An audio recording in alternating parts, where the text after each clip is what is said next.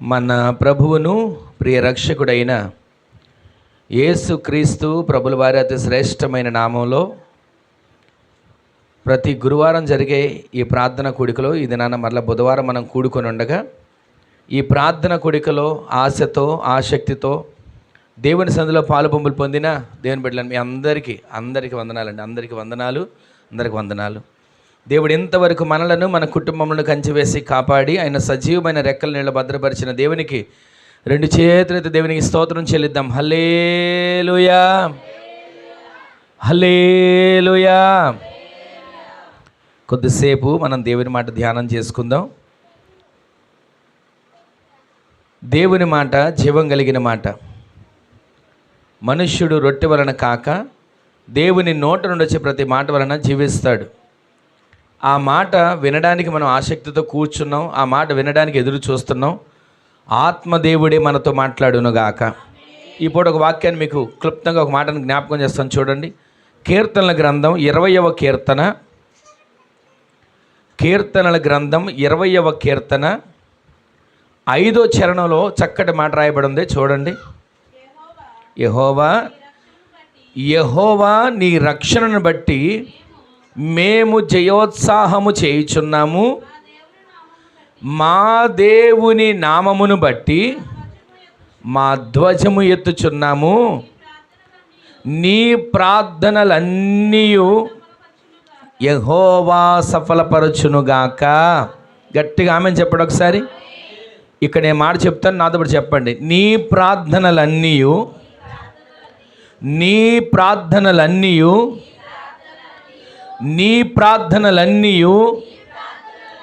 యెహోవా సఫలపరచునుగాక. యెహోవా సఫలపరచునుగాక. యెహోవా సఫలపరచునుగాక. అర్థమైందా? ఈ మాట ఎందుకు చెప్పించారనుకున్నారు? మనం చేసే ప్రార్థన మనం అనుకుంటాం, నేను ప్రార్థన చేస్తే ఏం జరుగుతుంది? ఎన్నోసార్లు నేను చెప్తుంటాను కదా, నేను ప్రార్థన చేస్తే కూడా కార్యం జరుగుతుందా? ఎక్కడి నుంచో రావాలి, ఎవరో గొప్ప దైవజనులు రావాలి, లేదా ప్రార్థన పరులు రావాలి, ఆకాశం నుంచి దేవుని దూతలే దిగి రావాలి.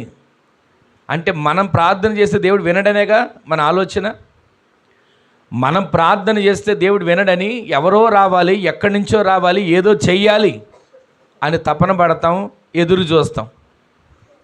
ప్రతిరోజు ప్రతి క్షణం మనం చేసే ప్రార్థన, అది చిన్న ప్రార్థన, పెద్ద ప్రార్థన, విస్తారమైన ప్రార్థన అని కాదు, ప్రార్థించే ఆ వ్యక్తిని మనస్తత్వాన్ని దేవుడు చూస్తాడు ముందు. మనం ప్రార్థించేటప్పుడు మన ప్రార్థన ఎలా ఉంది, మన ఆలోచన ఎలా ఉంది, మన మనసు ఎలా ఉంది, మనం ఎలా ఉన్నామన్నది ప్రతీదీ ఆయన గమనిస్తాడు. ఇక్కడ మనం చదివిన మాట, దావీదు అనే భక్తుడు ప్రధాన గాయకునికి రచించి పాడదగిన కీర్తన. అసలు కీర్తనల గ్రంథం అంటేనే ఇవి అధ్యాయాలు కాదు. ఇది చాలామంది కీర్తనలు 20వ అధ్యాయం, 50వ అధ్యాయం, 15వ అధ్యాయం అంటుంటాం. అసలు అధ్యాయం కాదు ఇది. కీర్తన అంటే ఏంటి? మామూలుగా పాట. దావీదు గారు దేవుడు తనకు మనసులో పెట్టిన ఆలోచన, తన హృదయంలో పెట్టిన తలంపు, తను ఏదైతే దేవుడు మేలు తను పొందుకున్నాడో దేవుని యొద్ద నుంచి, వాటన్నిటినీ కూడా పాటగా ఆయన సందులో స్తుతించాడు. ఇది పాట. అందుకే దావీదు కీర్తనలు 20వ కీర్తన 5వ చరణంలో మనం రాసిన మాట ఇప్పుడు కూడా మనం చూస్తాం కదా. ఆంధ్ర క్రైస్తవ కీర్తనలు ఉంటాయి. ఒక్కొక్క చరణాలు ఎన్ని బారు ఉంటాయి? ఒక్కొక్క పాటకి కనీసం 10 చరణాలు ఉంటాయి, 20 చరణాలు కూడా ఉంటాయి. అలాగే ఈ కీర్తనకి ఇన్ని చరణాలు. ఇప్పుడు మనం ధ్యానించే మాట 20వ కీర్తనలో 5వ చరణాన్ని మనం ధ్యానిస్తున్నాం. ఈ 5వ చరణంలో రాసిన మాట ఏంటంటే, ఈ రాత్రి పరిశుద్ధాత్మ దేవుడు నీతో, నాతో, మనతో మాట్లాడే మాట. ఈ సంవత్సరం 2026 సంవత్సరం ప్రారంభించాం, 2026 సంవత్సరం మొదలుపెట్టాం. 21 రోజు వచ్చేసింది. 21 రోజులు గడిచిపోయాయి. వెనక్కి తిరిగి చూడండి, ఎంతసేపు దేవునితో గడిపాం, ఎంతసేపు దేవుని స్తుతించాం, ఎంతసేపు దేవుని సన్నిధిలో చేతులెత్తాం, ఎంతసేపు దేవునితో మాట్లాడాం, ఎంతసేపు దేవుని మీద ఆధారపడుతూ ఆయన మీద ఆనుకొని జీవించగలిగాం? ప్రతిరోజు ప్రతి క్షణం మన జీవితంలో మనకున్నటువంటి ఒక గొప్ప ఆలోచన ఏమొస్తుందో చెప్పనా? నేను ప్రార్థన చేస్తే ఏం జరుగుతుంది? దావీదు ఆయన పాట పాడుతున్నాడు, నీ ప్రార్థనలన్నీ యెహోవా సఫలపరచును గాక అని పలుకుతున్నాడు. ఈ రోజున దావీదును మనం గమనించినట్లయితే ఆయనైతే మేలు పొందుకున్నాడండి, పాడతాడు, ఎన్నైనా పాడతాడు. ఆయనైతే ఆశీర్వాదం పొందుకున్నాడండి, ఎన్నైనా పాడతాడు. ఆయనైతే కృపను పొందుకున్నాడండి, శాశ్వత కృప ఇచ్చాడు దేవుడు, ఎంతైనా పాడతాడు అని మనం అనుకుంటున్నాం. ఈ రోజున దేవుడు నిన్ను నన్ను బ్రతికించాడు, అది దేవుని కృప కాదా? ఈ రోజున బ్రతకడానికి దేవుడు అవకాశం ఇచ్చాడు, కష్టపడడానికి ఆరోగ్యం ఇచ్చాడు, చేతి పనులను ఇచ్చాడు, కుటుంబాన్ని ఇచ్చాడు, భార్యను, భర్తను, బిడ్డలను, సంతానాన్ని, మనవడు మనవరాలను దేవుడు అనుగ్రహించాడు. ఇంత చేసిన దేవునికి మనం ఏం చెల్లిస్తున్నాం? మన ప్రార్థనలు దేవుడి సన్నిధికి చేర్చబడుతున్నాయా? మన ప్రార్థనలు దేవుడు ఆలకిస్తున్నాడా? ముందు మనమే ఒప్పుకుంటాం, నా ప్రార్థన దేవుడు వింటాడా? నా ప్రార్థన దేవుని సన్నిధికి చేర్చబడుతుందా? ప్రార్థన అంటే మనకి మొట్టమొదటి మొదలైందంటే విసుగు. ప్రార్థన అంటే మనకి చిరాకు మొదలవుతుంది. అప్పటి వరకు బాగానే ఉంటారు, ఇంట్లో అన్ని పనులు చేసేంతవరకు ఇంట్లో చక్కగానే పనులు చేసుకుంటూ బాగానే ఉంటారు. ప్రార్థన అనగానే ఎక్కడ లేని గొడవలు, ఎక్కడ లేని చిరాకులు మొదలవుతుంటాయి. ఈ సంవత్సరం, నూతన సంవత్సరం ప్రారంభంలోనే ఆత్మదేవుడు ఈ గురువారం జరిగే ఈ ప్రత్యేక ప్రార్థన కూడికలో, ఈ బుధవారం జరుగుతున్న ఈ దినం జరుగుతున్న కూడికలో మనతో మాట్లాడుతున్నాడు. నీ ప్రార్థనలన్నీ యెహోవా సఫలపరచబడబోతున్నాడు. ఆమెను చెప్పండి. ఆయన సఫలం చేస్తాడు. ఆమెను చెప్పండి. ఎలా చేస్తాడు? ఎప్పుడు చేస్తాడు? కొంచెం ముందుకు వెళ్ళాక మీకు జ్ఞాపకం చేస్తా. నేను ఎన్నోసార్లు మనం వింటున్న మాటలు, చెబుతున్న మాటలు మరొకటి జ్ఞాపకం చేయనా? ప్రతి ఒక్క వ్యక్తికి, ఆత్మ సంబంధమైన వ్యక్తికి 2 లక్షణాలు ఉండాలి. ఆ ఆత్మ సంబంధమైన వ్యక్తి ఈ రెండిటితో సాగాలి. ఇప్పుడు మనందరికీ తెలుసు కదా, నేను చాలాసార్లు మీకు ఎప్పుడో జ్ఞాపకం చేసినట్టున్నా. ఒక వ్యక్తికి ఈ 2 కళ్ళు ఉన్నాయి కదా, ఈ 2 కళ్ళలో నీకు ఏ కన్ను అంటే ఇష్టం అంటే ఏం చెప్తారు? నాకు ఎడం కన్ను అంటే అంత పనిచేయదండి, నా మాట వినదు, నేను ఇటు చూడమంటే అటు చూస్తుంది, ఇదంటే నాకు ఇష్టం లేదు అన్నవాళ్ళు ఎవరైనా ఉన్నారా? 2 కళ్ళు అడిగామనుకోండి, నీకు ఏ కన్ను అంటే ఇష్టం అంటే ఏం చెప్తాం? 2 పిల్లలు ఉన్నారు, ఏ పిల్లడు అంటే ఇష్టం అంటే ఏం చెప్తాం? 2 ఇష్టమని చెప్పాలి. నాకు పెద్దోడు అంటే ఇష్టం అంటే చిన్నోడు అంటే ఇష్టం లేదని చెప్పకూడదు, అది తప్పు. అది వాళ్ళిద్దరూ మనకు పుట్టిన బిడ్డలే కదా, మీకు పుట్టిన బిడ్డలే కదా. ఇద్దరిని చూసి వీళ్ళిద్దరంటే నాకు ఇష్టమని చెప్తాం. కంటిని అడిగితే ఈ కన్ను నాకు ఇష్టమని చెప్పి 2 కళ్ళు ఇష్టం అంటాం. అలాగే ఒక ఆత్మీయుడికి 2 ఉండాలి ఈ ఆత్మ సంబంధమైన జీవితంలో సాగుతున్నప్పుడు. ఒకటేమో ప్రతిరోజు నీవు ప్రార్థనతో నడిపించబడాలి, రెండోది వాక్యం నిన్ను నడిపించాలి. చాలాసార్లు చెప్పాను కదా, ప్రార్థన అని అంటే మనం దేవునితో మాట్లాడటం, వాక్యం అని అంటే అది పూర్తి చేశారు, దేవునికే మహిమ కలుగునుగాక. ప్రార్థన అంటే మనం ఏం చేయటం? దేవునితో మాట్లాడటం. వాక్యం దేవుడు మనతో మాట్లాడటం. ఆ దేవుడు మనతో మాట్లాడేటప్పుడు మనం వింటున్నామా? అది నా ప్రశ్న. దేవుడు మనతో మాట్లాడేటప్పుడు ఆ మాట మన హృదయంలోకి వెళ్తుందా? ఈ చెవిలోంచి వెళ్ళి ఈ చెవిలోంచి బయటకు వెళ్ళిపోతుందా? చాలామంది ఉంటారండి, వాక్యం విన్నంతసేపు చక్కగా వింటారు, తర్వాత వాక్యం ఏం చెప్పాడు అక్క, అదేనే బాగా చెప్పాడు, ఏం చెప్పాడు అసలు మామూలుగా చెప్పలే. ఇవాళ ఎలా చెప్పాడంటండి, మామూలుగా చెప్పలా, అదే ఏం చెప్పాడు అదే గుర్తు రావట్లేదు ఏం చెప్పాడు. అంటే వాక్యం విన్నంతసేపు బాగానే ఉంటున్నాం, విన్నంతసేపు హృదయం తాకినట్లుగానే ఉంటుంది. కానీ విన్న తర్వాత ఈ అపవాది ఏం చేస్తాడంటే, వాక్యం నీ హృదయంలో ఉంటే నీవు ఫలిస్తావు. వాక్యం నీ హృదయంలో ఉంటే అపవిత్రతకి, పాపానికి, ముసలమ్మ ముచ్చట్లకి, లోక ఆచారాలకి చోటు ఉండదు. ఈ వాక్యము హృదయంలో ఉంటే దేవునితో అంటు కట్టబడతావు. ఈ వాక్యము హృదయంలో ఉంటే దేవునితో పెనవేసుకుని నడుస్తావు. ఈ వాక్యము హృదయంలో ఉంటే ప్రతిరోజు ఆత్మ సంబంధమైన వ్యక్తిగా నీవు దేవునిలో అంటు కట్టబడతావు. అందుకే అపవాది ఏం చేస్తాడు తెలుసా? పాటలు పాడినంతసేపు పాడు, ఎన్ని పాటలైనా పాడు, అవసరమైతే రోజంతా పాడు అని అంటాడు. పాటలు పాడుతూనే ఉండు, నాకేం పర్లేదులే, నువ్వు పాట పాడినా నాకేం ఉపయోగం లేదు అని అనుకుంటాడు. కానీ ప్రార్థన చేస్తే, వాక్యాన్ని చదివితే అపవాదికి గుండెలో దడబడుతుంది. ఈ రోజున మనము ఈ వాక్యాన్ని పక్కన పెడతాం, ప్రార్థనను నిర్లక్ష్యం చేస్తాం. వ్యక్తిగత జీవితానికి, ఆత్మీయ జీవితానికి ప్రాముఖ్యమైనవి రెండు. నీ ఆత్మీయ జీవితం, నా ఆత్మీయ జీవితం కాపాడబడాలంటే ఈ రెండు చాలా ప్రాముఖ్యం. కానీ నిర్లక్ష్యం చేసేది కూడా ఈ రెండే. వినండి జాగ్రత్తగా. ఈ రాత్రి, ఈ మొదటి నెల, ఈ క్రొత్త సంవత్సరం పరిశుద్ధాత్మ దేవుడు మనతో వాక్యానుసారంగా మాట్లాడుతున్నాడు. ఆయన అంటున్నాడు, నీ ప్రార్థనలన్నీ ఆయన సఫలపరుస్తాడని. సఫలపరచాలని అసలు మనం ఎలా ఉండాలి? ఏదో వచ్చామండి, కాసేపు దండం పెట్టుకుని వెళ్ళిపోయామంటే సరిపోదు. మనం వాక్యములో ఎదగాలి, ప్రార్థనలో కూడా ఎదగాలి. ఈ రాత్రి మీరు వాక్యములో, ప్రార్థనలో ఎదిగే వారిగా మార్చబడుదురుగాక. ఆత్మ సంబంధంగా మీరు మీ ఆత్మీయ జీవితాన్ని కట్టుకునే వారిగా మార్చబడుదురుగాక. ఏదో సంవత్సరాలు దొర్లుకుంటూ వెళ్తున్నాయి, నెలలు దొర్లుకుంటూ వెళ్తున్నాయి, వారాలు దొర్లుకుంటూ వెళ్తున్నాయి, సాగిపోతుందండి జీవితం. ఏదో కష్టపడుతున్నా, కొంచెం 10 రూపాయలు తెచ్చుకుంటున్నా, బ్రతుకుతున్నా కాదు. మనం ఆత్మీయతలో అంటుకట్టబడిన వారిగా మార్చబడాలి. ప్రార్థనను నిర్లక్ష్యం చేయకూడదు, వాక్యాన్ని నిర్లక్ష్యం చేయకూడదు. ఈ వాక్యం ఎంత విలువైందో ఒక మాట చెప్తాను. మనందరూ తెలిసిన మాట, యోహాను సువార్త మొదటి వచనంలో ఏముంటుంది?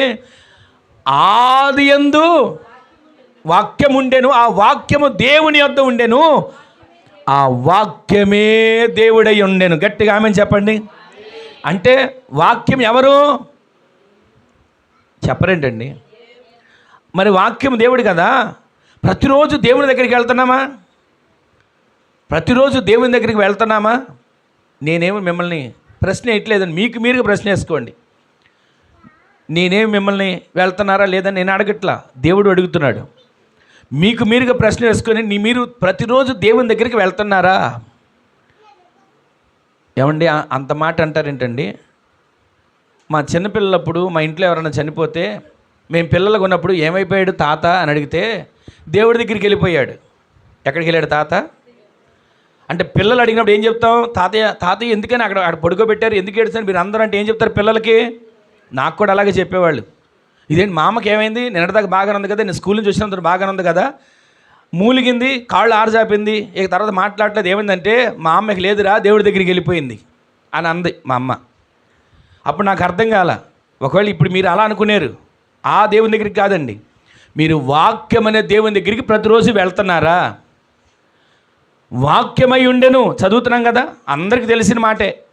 ఆదియందు వాక్యం ఉండెను, వాక్యము దేవుని యొద్ద ఉండెను, వాక్యమే, అది అక్కడ రాసిన మాట, వాక్యమే దేవుడై ఉండెను. మరి ఆ దేవుని దగ్గరికి వెళ్తున్నారా నేను అడుగుతున్నా. తాత వెళ్ళిపోయింది, మా అమ్మ వెళ్ళిపోయింది, దాని గురించి కాదు. ఆ దేవుని దగ్గరికి మనం వెళ్ళాలండి ప్రతిరోజు. నీవు నేను వాక్యాన్ని చూస్తే దేవుడు మనల్ని చూస్తాడు. నీవు వాక్యాన్ని చదివినప్పుడు దేవుడు నీతో మాట్లాడతాడు. బాధతో ఉండి వాక్యాన్ని చదువుతున్నావేమో, నీ బాధ నివారణ కలిగేటట్లుగా దేవుడు మాట్లాడతాడు. సమస్యలు ఉండి వాక్యం దగ్గరికి వెళ్ళి వాక్యాన్ని చూస్తూ వాక్యాన్ని చదువుతున్నావేమో, నీ సమస్య పరిష్కరించబడేట్లుగా దేవుడి కార్యాన్ని చేస్తాడు. మనము వెళ్ళవలసిన చోటకి వెళ్ళం, చెయ్యవలసిన కార్యం చెయ్యం, ఆయన సన్నిధిలో నిలవవలసిన స్థలంలో నిలవం. ఎంతసేపు నా దేవుడు నా ప్రార్థన వెళ్ళలేదండి, నాకు కార్యం చేయలేదండి, నా బ్రతుకు ఇలాగే ఉందండి, మారలేదండి, బాధపడుతుంటాం. ఈ రాత్రి మూల వాక్యాలు మనం చదివిన వాగ్దానం, నీ ప్రార్థనలన్నీ సఫలపరచబోతున్నాడు. ఆమెను చెప్పండి. ఈ సంవత్సరం మీరు విశ్వసించండి, ఏ ప్రార్థన మీరు చేసినా ఆ ప్రార్థనకి దేవుడు జవాబు ఇవ్వాలి. ఎవరో వస్తాడండి గొప్ప దైవజనులు, వాళ్ళు చేస్తే నాకు కార్యం జరుగుతుంది అనుకోకండి. నేను ప్రతిరోజు చెప్పేది మీకు ఎందుకు అనుకున్నారు? మీరు ఎవరి మీద ఆధారపడి, అలాగని సేవకుల మీద తప్పని నేను అనట్లేదండి, సేవకులు కూడా చేయించుకోవాలి. కానీ మీరు మీ ఆత్మీయ జీవితం ఎలా ఉంటుంది? ఎంతసేపు మనం ఎలా ఉంటుంది తెలుసా? వాళ్ళు వస్తేనే, వాళ్ళు చేస్తేనే, వీళ్ళు వస్తేనే. మనుషులు వాళ్ళు మనుషులే కదండి, సేవకులు మేము మనుషులమేగా, అందరం ఒకటే కదా. కాకపోతే దేవుని సందులో ఆయన ప్రార్థనకు జవాబు ఇస్తున్నాడు అని మనం ఎదురు చూస్తున్నాం. అదే ప్రార్థన మీరు చేస్తే ఎందుకు కార్యం జరగట్లా? మీరు ఎందుకని ప్రార్థన చేస్తే కార్యం జరుగుతుందని విశ్వసించట్లా? నిన్న దినాన ఫోన్ వచ్చిందండి. మన విశ్వాసే ఇప్పుడు గుంటూరులో ఉంటున్నారు. ఫోను రాగానే చెప్పింది. అప్పుడు ఆమెకి కొంచెం బలహీనత, అంటే కొంచెం చీకటికి వెంటాడు ప్రార్థన చేస్తే విడుదల జరిగింది. మొన్న ఆదివారం అమావాస్య ఒకటి వచ్చిందిగా, దానివల్ల కొంచెం ఇబ్బంది కలిగి మరలా అన్న కాళ్ళు ఇలా మెలితిరిగిపోతాయండి, మడాలు, చేతులు కొంగు.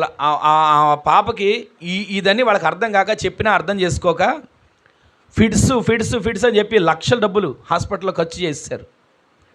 తర్వాత దేవుడు కనికరించి కార్యం చేసి విడుదల ఇచ్చాడు పోయిన సంవత్సరంలో. ఇప్పుడు వాళ్ళ పిల్లవాడి నిమిత్తం గుంటూరు హాస్పిటల్లో ప్రతిరోజు థెరపీ చేయించుకుంటానికి వెళ్తున్నారు, అక్కడే ఉంటున్నారు. మన పాప నిష్టకి వెళ్ళినప్పుడు కూడా వెళ్ళి ప్రార్థన చేసి వచ్చాను. అయితే నిన్నటి దినాన మరీ భయంకరమైన ఇబ్బంది కలిగింది.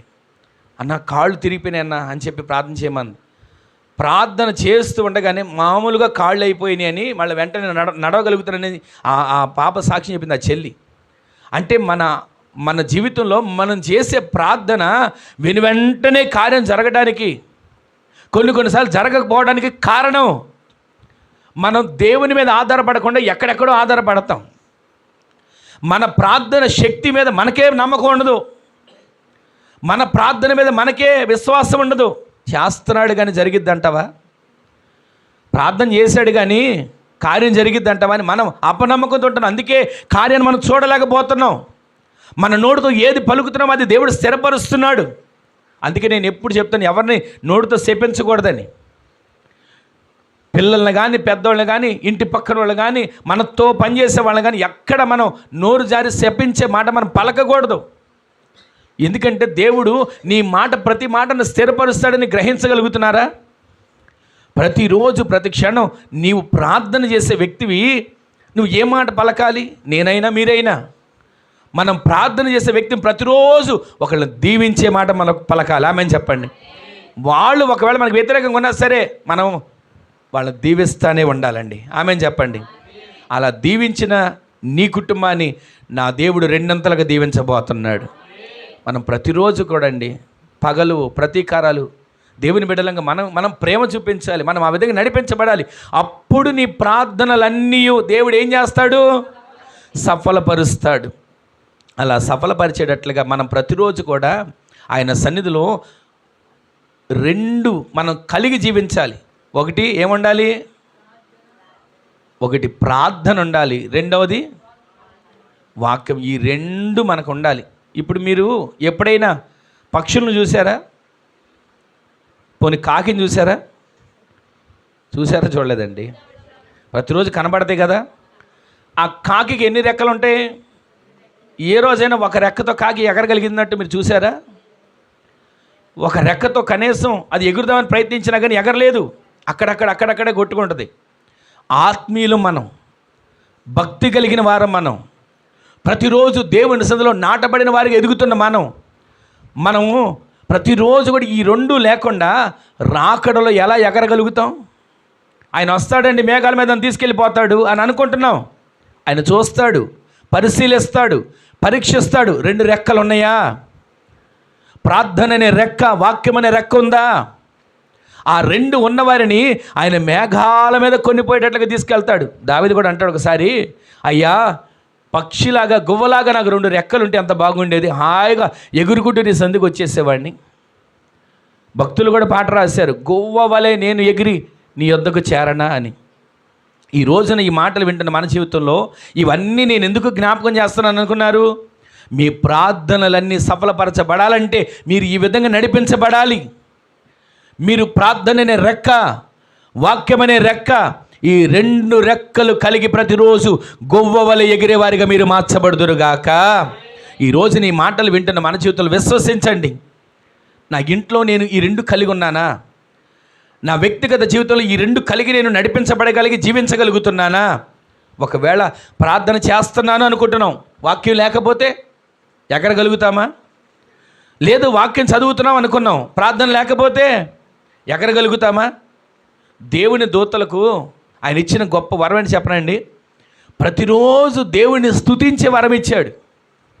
అలా మనం ప్రతిరోజు ఆయన స్తుతించాలండి. ఆ దేవుని దూతలు ఎలా స్తుతిస్తున్నారో మీకు ఒకసారి ఆ మాట చూపిస్తాను. యెషయా గ్రంథం 6వ అధ్యాయం మొదటి నుంచి కొన్ని వచనాలు చదవండి, మీకు ఒక మాట జ్ఞాపకం చేస్తా. యెషయా గ్రంథం 6వ అధ్యాయం మొదటి వచనం నుంచి. రాజైన ఉజ్జియా మృతి పొందిన సంవత్సరమున అత్యున్నతమైన సింహాసనమందు ప్రభువు ఆసీనుడై ఉండుట నేను చూచి తిని. ఆయన చొక్కాయి అంచులు దేవాలయాన్ని నిండుకొని ఉన్నాయి. ఆయనకు పైగా సెరూపులు కెరూపులు నిలిచి ఉన్నారు. వినండి వినండి, ఎన్ని రెక్కలు ఉన్నాయి ఆ దేవుని దూతలకి? 6 రెక్కలు ఉన్నాయి. చదవండి. ప్రతి ఒక్క దేవుని దూత ఒక్కొక్కడు 2 రెక్కలతో ముఖాన్ని కప్పుకుంటున్నారు, 2 రెక్కలతో తమ కాళ్ళను కప్పుకుంటున్నారు. 6 రెక్కలున్నా ఎన్నిటితో ఎగురుతున్నారు? 2 రెక్కలతోనే ఎగురుతున్నారు. దేవుని సందులో నా పాదాలు దేవునికి కనబడకూడదు, దేవుని సందులో నా ముఖం, ఆయన ముఖకాంతి ముందు నా రహస్య పాపాలు కనబడతాయి అన్నుంది కదా. నా ముఖం ఆయన తేజస్సును చూడలేదు, అందుకే 2 రెక్కలతో ముఖాన్ని కప్పుకొని ఆయన వెలుగు అవి తేటగా చూడలేక 2 రెక్కలతో ముఖాన్ని కప్పుకొని 2 రెక్కలతో కాళ్ళను కప్పుకొని 2 రెక్కలతో ఎగురుతూ వారు చేసే ఒక గొప్ప పనిని చెప్పనండి. సైన్యములకు అధిపతిగా యెహోవా పరిశుద్ధుడు పరిశుద్ధుడు పరిశుద్ధుడు పరిశుద్ధుడు పరిశుద్ధుడని గాన ప్రతి గానాలు చేస్తున్నారు. ఆమేన్ చెప్పండి. ఈ రోజున ఎంతసేపు మనం దేవుని స్తుతించగలుగుతున్నాం? 2 రెక్కలతో ఎగరడం అంటే ఒక రెక్క వాక్యం, ఒక రెక్క చెప్పండి ప్రార్థన చేస్తూ వాక్యాన్ని చదువుతూ ప్రతిరోజు మన నోటితో ఆయన స్తుతించే వారిగానే మార్చబడదుము గాక. నీ నోట్లో స్తుతి ఉంటే, నీ ఇంట్లో స్తుతి ఉంటే, నీ ఆత్మీయ జీవితంలో స్తుతి అనే నీవు చెల్లించగలిగిన వ్యక్తిగా మార్చబడగలిగితే నీ ఇల్లును ఒక పరలోకంలాగా దేవుడు మార్చబోతున్నాడు, నీ కుటుంబంలో సమాధానం దేవుడు ఉంచబోతున్నాడు. అలా చేసే నీవు ప్రార్థన చేసేటప్పుడు, నీవు ప్రార్థన చేసినప్పుడు అక్కడ చదివిన మాట ఎంత చదివాం కదా, ఏం చదివాం అక్కడ చూడండి. 20వ కీర్తన 5వ చరణంలో నీ ప్రార్థనలన్నీ యెహోవా సఫలపరుస్తాడు. గట్టిగా ఆమేన్ చెప్పండి. ఎప్పుడు సఫలపరుస్తాడు మీకు అర్థమైందా? నీకు 2 కొన్ని మాటలు మీకు జ్ఞాపకం చేశా. నీ ప్రార్థన యెహోవా సఫలపరచాలంటే నీవు 2 రెక్కలు కలిగి ఉండాలి. ఒకటి ప్రార్థన అనే రెక్క, ఒకటి వాక్యం అనే రెక్క. ఈ 2 కలిగి ఉండి నీవు దేవుని సందులో నోటితో రెక్కలతో ఎగురుతూ నోటితో ఆయన ఏం చేయాలంట? స్తుతియాగం చెల్లించాలి. సైన్యములకు అధిపతిగా యెహోవా పరిశుద్ధుడు పరిశుద్ధుడు పరిశుద్ధుడని ఆయనను మహిమపరిచే వ్యక్తిగా నీవు మార్చబడుదువు గాక. ఇంతవరకు విన్నాం, బాగానే ఉంది కదా. ఆయన ఇంతకీ నీ ప్రార్థనలన్నీ సఫలపరుస్తాను అని ఎప్పుడు అంటున్నాడు? అసలు ఏం చేయాలి, ఏం చేస్తే సఫలపరుస్తాడు? మీకు 3 విషయాలు జ్ఞాపకం చేస్తా. ఇంతవరకు మీకు కొన్ని మాటలు జ్ఞాపకం చేశాను, అవి మనసులో పెట్టుకోండి. నీ ప్రార్థనలన్నీ యెహోవా సఫలపరచాలంటే, నీ ప్రార్థనలన్నీ యెహోవా సఫలం చేయాలంటే నీవు ప్రతిరోజు రెక్కలు కలిగి ఎగరాలి. రెక్కలంటే ఆర్టిఫిషియల్గా కృత్రిమంగా దొరికే రెక్కలు తెచ్చుకొని తగిలించుకొని నేను ఎగురుతాను అని అనుకోవడం కాదు. ప్రతిరోజు ఆత్మ సంబంధమైన వ్యక్తివి నీవు, ఆత్మ సంబంధంగా ఎదగాల్సిన వ్యక్తివి నీవు. ఆయన సన్నిధిలో నీవు ఒక దినాన మేఘాల మీద ఎత్తబడవలసిన వ్యక్తివి. నీవు ప్రతిరోజు ప్రార్థన అనే రెక్కతో, వాక్యం అనే రెక్కతో ఎగురుతూ దేవుడు నీకు ఇచ్చిన కంఠస్వరం ఉంది కదా, దాంతో నిత్యమైన మహిమపరిచేవిస్తూ స్తుతిస్తూ ఆర్భటిస్తూ ఆయన సన్నిధిలో ఘనపరుస్తూ నీవు దేవుడు చేసిన మేలులు, దేవుడు చేసిన కార్యాలు అన్నిటినీ తలంచుకుంటూ స్తుతియాగం చెల్లించే వ్యక్తిగా మార్చబడదువు గాక. ప్రార్థనే. ఏమండి, ఇంతసేపు స్తుతించానుగా కాదు, ఇంతసేపు ప్రార్థించానుగా సరిపోదు, ఇంతసేపు వాక్యాన్ని చదివానుగా చాలదు. ప్రతిరోజు అన్నిటిని కూడా దేవుని సన్నిధిలో స్తుతించడం, ప్రార్థించడం, వాక్యాన్ని ధ్యానించడం, అన్నిటిని బట్టి నా దేవుడి నీ ప్రార్థనలన్నిటినీ, నీ కుటుంబంలో నీవు చేసిన ప్రతి ప్రార్థనలన్నిటినీ నా దేవుడు సఫలపరచునుగాక. అలా సఫలపరచాలంటే 3 విషయాలు చెప్తాను ఖచ్చితంగా. ఆ 3 విషయాలు మీరు చెయ్యాలి. అమ్మో ఏదో చెప్తాడంట, నాకు ఈ విషయాల భారమేమో, నేను చేయలేనేమో, నేను భరించలేమో అనుకోకండి. మీరు చేయగలిగినవే, మీరు ఆ రీతిగా నడిపించబడగలిగినవే కొన్ని విషయాలు నేను క్లుప్తంగా ముగిస్తాను, వివరించను. చదవండి ఒకసారి. సమూయేలు మొదటి గ్రంథం 30వ అధ్యాయం 6వ వచనంలో రాయబడిన మాటను ఒకసారి చదవండి. మొదటి మాట, దావీదు మిక్కిలి దుఃఖపడెను మరియు తమ తమ కుమారులను బట్టి కుమార్తెలను బట్టి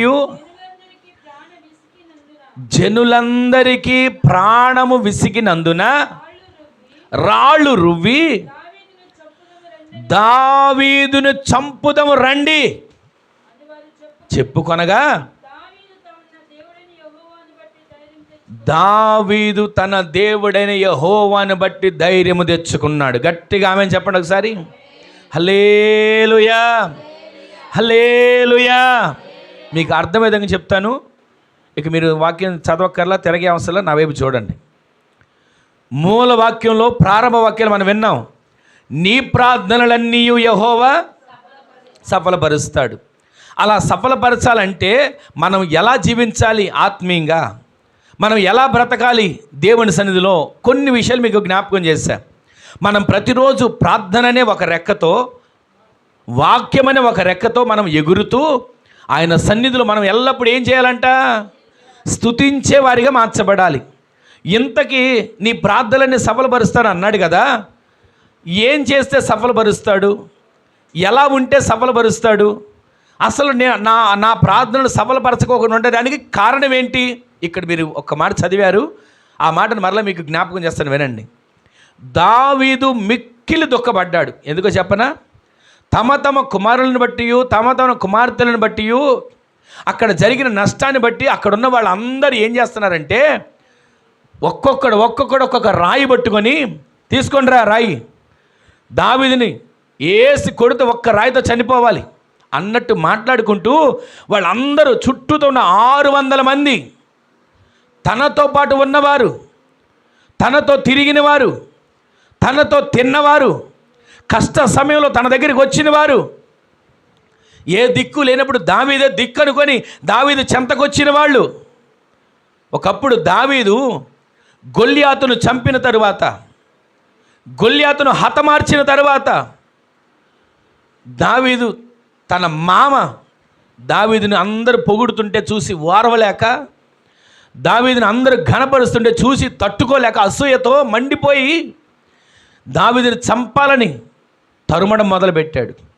అలా తరుముతూ ఉండగా సంవత్సరాలు గడిచిపోతున్నాయి. దావీదు అక్కడ గుహలో ఉన్నాడంటే అక్కడికి వచ్చేస్తున్నాడు, తరుముతూ వస్తున్నాడు చంపుతాను అని. చంపడానికి వస్తున్నప్పుడు తిరగబడి గొల్యాతుని చంపినోడు సౌలును చంపడం పెద్ద లెక్క కాదు. కానీ దావీదుకు ఉన్నటువంటి ఒక మంచి లక్షణం అని చెప్పనా?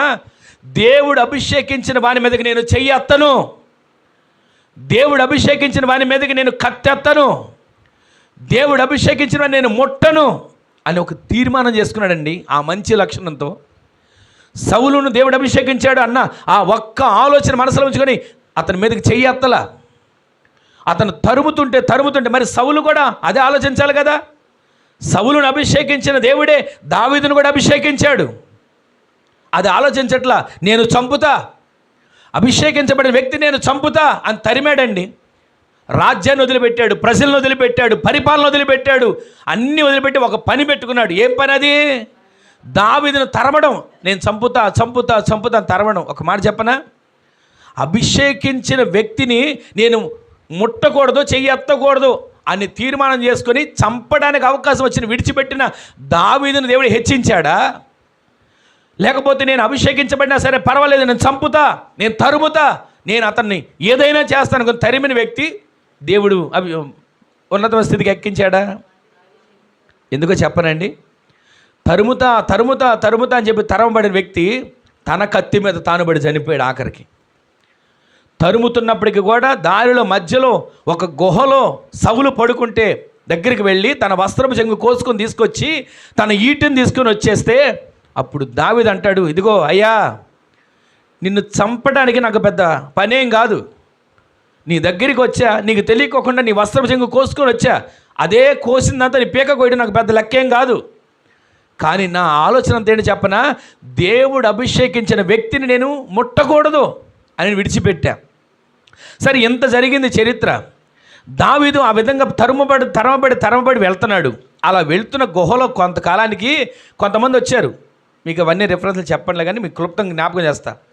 అదుల్లాము అనే గుహ దగ్గర దావీదు ఉన్నప్పుడు 600 మంది వచ్చారు. అయ్యా, మేము నీతో ఉంటాం, నీతోనే మేము కొనసాగించబడతాం, నువ్వు ఎలా చెప్తే అలా చేస్తాం. ఎక్కడి నుంచి వచ్చారయ్యా మీరు? వీరు ఏ ఊరోళ్ళు, ఏ ప్రాంతం నుంచి వచ్చారంటే, అయ్యా మేమా అప్పుల పాలైపోయి వచ్చాం, మేమా కుటుంబంలో మమ్మల్ని ఎవరు పట్టించుకోక వచ్చాం, మేమా పలానా సమస్యతో తలపోటుతో ఇక్కడికి వచ్చాం అని చెప్పితే అందరినీ 600 మందిని పోగు చేసుకున్నాడు. ఆయన అంటాడు, అయ్యా నాకే ఒక దిక్కులేదు, మీరు ఎక్కడ ఉంటారు? అలా అనకయ్యా, మేము ఎలాగోలా సర్దుకుంటాం, నీతో పాటు నడుస్తాం, దేవుడు నీకు తోడుగా ఉన్నాడు, అదే దేవుడు మాకు కూడా తోడుగా ఉంటాడు అని నడిపించబడుతున్నారు. ఇక్కడ మీకు చరిత్ర నేను ఎందుకు ఇంత జ్ఞాపకం చేస్తున్నానంటే, మనం చదివిన మాటలో 600 మంది దావీదును రాళ్ళు పట్టుకొని చంపాలని, పట్టుకొని రాయి, తీయండి రాయి అని చెప్పి ఎవరికి వాళ్ళు రాళ్ళు పట్టుకొని నుంచున్నారు. ఇక్కడ మీరు ఒక్క మాట గమనించాలి. ఒకప్పుడు కష్టంలో ఉన్న వాళ్ళని చేరదీసి దావీదు తనతో పాటు సహవాసంలో చేర్చుకుంటే, ఇప్పుడు అక్కడ ఒక కష్టం వచ్చింది, ఇప్పుడు అక్కడ ఒక ఇబ్బంది వచ్చింది. ఆ ఇబ్బంది వచ్చినటువంటి పరిస్థితుల్లో, ఆ ఇబ్బంది వచ్చినటువంటి ఆ మార్గంలో దావీదు చేసిన పని ఏంటంటే, వాళ్ళందరూ చేసిన పనిని బట్టి, ఒకప్పుడు వీళ్ళకి సహాయం చేశాను, ఒకప్పుడు వీళ్ళని చేరదీశాను, ఒకప్పుడు వీళ్ళకి మంచి మార్గంలో నడిపించాను, వీళ్ళేంటి ఎలా అయ్యారని చెప్పి అనుకోలే. అక్కడ రాసిన మాట, దావీదు మిక్కిలి దుఃఖపడ్డాడు. ఇక్కడ మీకు ఒక మాట చెప్పాలి. దీనికి ముందు కొంచెం పైన 29 అధ్యాయం జరిగింది ఏంటంటే, దావీదు కొంతమంది రాజులతో కలిసి యుద్ధానికి బయలుదేరి వెళ్ళాడు. సిక్లగ్ అనే ప్రాంతంలో దావీదు తన గుడారాలు వేసుకుని 600 మంది నివాసం ఉంటున్నారు. దానికి ముందు దావీదు ఒక రాజుతో కలిసి యుద్ధానికి బయలుదేరి వెళ్తే, ఆ రాజుతో పాటు ఉన్నటువంటి వ్యక్తి చూశాడు. ఎవరితను? గొల్యాతును చంపినోడే కదా, సౌలుకు అల్లుడైనోడే కదా, సౌలు తరుముతుంటే పారిపోయినాడే కదా, ఇతను మనతో ఉంటే ప్రమాదం, మనకి యుద్ధానికి తీసుకెళ్తే ఇతనెందుకు తీసుకొచ్చావు, మనం యుద్ధానికి వెళ్తుంటే ఇతనెందుకు మనతో కూడా తీసుకొచ్చావు అని చెప్పి ఆ రాజు ఇంకొక రాజుతో మాట్లాడి పంపించేయి అతన్ని. ఒకవేళ అక్కడ యుద్ధంలో మనకు వ్యతిరేకంగా లేచి నిన్ను నన్ను చంపొచ్చు, మనకు వ్యతిరేకంగా లేచి మనకు నష్టం కలిగించవచ్చు, ఇతను ఇక్కడ ఉండడం మంచిది కాదు, పంపించేయి అని అంటే, వెంటనే ఆ రాజు వచ్చి ఆయనతో అంటాడు, అయ్యా ఇంతవరకు ఎప్పుడు అమర్యాదగా నడుచుకోవడం కానీ నాకు వ్యతిరేకంగా మాట్లాడి ఏమీ చేయలేదయ్యా, ఏం చెప్పొద్దు, అతను పంపించేయి. వచ్చాడు దావీదు దగ్గరికి. రాజు వచ్చి చెప్తున్నాడు, వెళ్ళిపో, నువ్వు మీ గుడారాల దగ్గరికి వెళ్ళిపో. ఎందుకనయ్యా, నా వల్ల ఏదైనా తప్పు జరిగిందా, మా వాళ్ళు ఏమైనా పొరపాటు చేశారా, ఏదైనా మా వల్ల మీకు బాధ కలిగిందా చెప్పండి. అసలు అలాంటిది ఏమీ లేదయ్యా, నీవు దేవుని దూతలాగా కనబడుతున్నావు, మాకు దేవుని వల్లే మాకు కనబడుతున్నావు, నీ వల్ల మాకు ఏ నష్టం కలగల, ఏ ఆపద కలగల, ఏ బాధ కలగల, కానీ మా తోటి రాజులు ఒప్పుకోవట్లా, వెళ్ళిపో అని అన్నాడు. 3 దినాలంత ప్రయాణం చేసి మరలా 3 దినాలంత ప్రయాణం అక్కడికి వచ్చారు. వీళ్ళు ఉన్నటువంటి సిక్లగ్ అనే ప్రాంతానికి వచ్చేసరికి ఈ 600 మంది వేసుకున్న గుడారాల్లో ఉన్నటువంటి పిల్లలను, స్త్రీలను వేరే వాళ్ళు చెరగొని తీసుకుపోయి గుడారాన్ని కాల్చేశారు. ఇక వీళ్ళందరూ ఇక్కడికి వచ్చారండి. ఇప్పుడు మనం చదివిన 30వ అధ్యాయంలో వీళ్ళందరూ ఇక్కడికి వచ్చి చూస్తే గుడారాలు కాలిపోయినాయి, వాళ్ళకు ఉండడానికి నివాసం లేని పరిస్థితి అయిపోయింది, వాళ్ళ స్త్రీలు చెరగొనిపోయారు, పిల్లలు చెరగొనిపోయారు. అప్పుడు ఈ 600 మంది అంటున్నారు, ఇతని వల్లేరా మనకి బాధ, ఇతని వల్లేరా మనకి కష్టం, మన కుటుంబాలు పోగొట్టుకున్నాం. వాస్తవానికి దావీదు కుటుంబం కూడా ఉంది అక్కడ, దావీదు కుటుంబాన్ని కూడా చెరగొనిపోయారు. దావీదు తన కుటుంబం కొరకు బాధపడట్లా, నాతో పాటు ఉన్న 600 మంది ఇంత బాధపడుతున్నారని బాధపడుతుంటే అర్థం చేసుకోకుండా అంటారు, ఈ దావీదు వల్లే మనకి కష్టం వచ్చింది, ఈ దావీదు వల్లే మనకి శ్రమ వచ్చింది, ఈ దావీదు వల్లే మన కుటుంబాలకి నష్టం వచ్చింది అని నోటికి వచ్చినట్టుగా వాళ్ళు మాట్లాడుతూ ఉంటే విన్నాడు. ఒక్కసారి మీరు వినండి మాట, అక్కడ రాసిన మాట చదవండి ఒకసారి. దావీదు మిక్కిలి దుఃఖపడెను, తమ తమ కుమారులను బట్టి తమ తమ కుమార్తెలను బట్టి జనులందరికీ ఏం విసిగింది, ప్రాణము విసిగినందున రాళ్ళు రువ్వి దావీదును చంపుదాం రండి. ఇక్కడ మీరు ఆగండి. అక్కడతో పాటు వాళ్ళతో కలిసి తిన్నవాళ్ళు, ఉన్నవాళ్ళు, నడిచిన వాళ్ళు, రాజా దావీదు రాజా జై అన్న వాళ్ళు ఇప్పుడు ఏం పట్టుకున్నారు, అందరు చెప్పాలి. రాళ్ళు పట్టుకొని దావీదును చంపాలనుకుంటున్నారు. అప్పుడు దావీదు ఏం చేశాడు చెప్పనా? ఇప్పుడు చదవండి ఆ మాట. ఇంతమంది 600 మంది రాళ్ళు పట్టుకొని చంపాలి అని చెప్పి వాళ్ళందరూ నిలబడి ఉంటే దావీదు మాత్రం యెహోవాని బట్టి ధైర్యం తెచ్చుకున్నాడు. ఆమెను చెప్పండి. ఈ రోజున మీరు వింటున్న మొదటి మాట అంటే చెప్పనా? నీ ప్రార్థనలన్నీ సఫలపరచబడాలంటే నీకు వాక్యం అనే రెక్క, ప్రార్థన అనే రెక్క, నీవు 2 రెక్కలతో ఎగురుతూ దేవుని స్తుతించడం ప్రాముఖ్యం. అయితే నీ ప్రార్థనలన్నీ సఫలపరచబడాలంటే నీవు ముందొచ్చినటువంటి నీ ఇంట్లో శ్రమను కానీ, కష్టం కానీ, బలహీనత కానీ, ఏదైనా సమస్య కానీ వచ్చినప్పుడు ఆ సమస్యను చూసి నువ్వు కృంగిపోకూడదు. ఆ సమస్యను చూసి నీవు దిగులు పడకూడదు. ఆ సమస్యను బట్టి నీవు కంగారు పడకూడదు. మనం ఎంతసేపు ఏదైనా చిన్న సమస్య రాగానే ఎటు వెళ్ళాలి, ఎక్కడికి వెళ్ళాలి, ఎటు పరుగులు తీయాలి, ఏమైపోవాలని కంగారు పడిపోతుంటాం.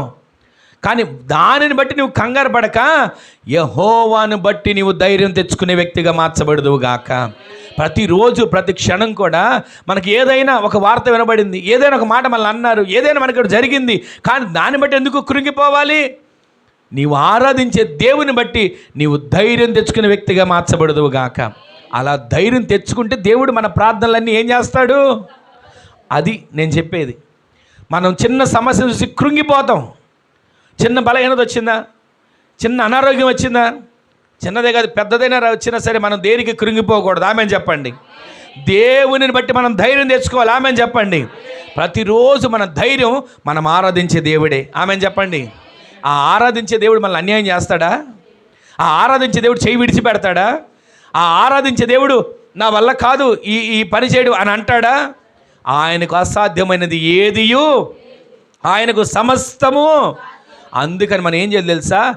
ఏదైనా సరే పౌలు గారు అంటాడు కదా, వస్త్రహీనత అయినా, బలహీనత అయినా, ఉపద్రవమైన, కరువైనా, ఖడ్గమైనా సరే నా దేవుని నుంచి ఇవేమి నన్ను ఎడబాపలేదు. అంటే ఆయన ధైర్యం ఏంటి? ఇవన్నీ ఎంతండి? కరువు ఎంతకాలం ఉంటుంది? కష్టం ఎంతకాలం ఉంటుంది? బలహీనత వచ్చింది ఎంతకాలం ఉంటుంది? జ్వరం వచ్చిందండి. మనుషులకు జ్వరం రాదా? జ్వరం ఎన్ని రోజులు ఉంటుంది? చెప్పరేంటండి? అసలు మాకు తెలియదండి. జ్వరం అంటే ఎప్పుడు వెళ్ళలేదండి. అసలు మాది ఈ ఊరు కాదండి. జ్వరం అనే మాట మాకు తెలియదు అనుకుంటున్నారు కదా. జ్వరం వస్తే 1 రోజు లేదా 2 రోజులు, మహా అయితే 4 రోజులు అనుకోండి. దాని తర్వాత అది పోవాల్సిందేగా. ఆ జ్వరం వచ్చినప్పుడు దానికే కునిగిపోయి అయ్యా దేవుడా నన్ను ఎందుకు ఇలా చేస్తావు, నన్ను ఎందుకు ఇన్ని బాధలు పెట్టావు, నన్ను ఎందుకు ఇంత కష్టపడి అనుకుంటామా? ఏ పరిస్థితి అయినా సరే దేవునిని బట్టి మనం ధైర్యం పరచబడాలి. నీవు ఆరాధించే దేవుడు నిన్ను నిస్సత్తుగా విడిచిపెట్టే దేవుడు కాడు. నిన్ను పనికొచ్చే పాత్రగా చేయబోతున్నాడు. దేవునిని బట్టి మనం ధైర్యపరచబడాలి. మనం చేసే ప్రార్థనలో ప్రతిరోజు కూడా ఈ ప్రార్థన చేస్తాం, జరిగిద్దో జరగదు అని అనుకునే ఆలోచన తీసేయండి. ప్రతి ప్రార్థన మీరు చేసినప్పుడల్లా దేవునిని బట్టి నేను ధైర్యంగా ఉంటాను. చెప్పండి ఆమేనని. ప్రతిరోజు నేను దేవుని బట్టి ఎలా ఉంటాను? అలా ధైర్యంగా ఉండి మీరు ప్రార్థన చేయండి. మీ ప్రార్థనలన్నీ దేవుడు సఫలపరచబోతున్నాడు. ఇంకా నేను దీన్ని వివరించను, క్లుప్తంగా చెప్పాను కదా. మరొక మాట చెప్తాను చూడండి. అదే సమూయేలు మొదటి గ్రంథం ఇప్పుడు 23వ అధ్యాయం 2వ వచనంలోకి రండి. కొంచెం పేజీ వెనక్కి తిప్పి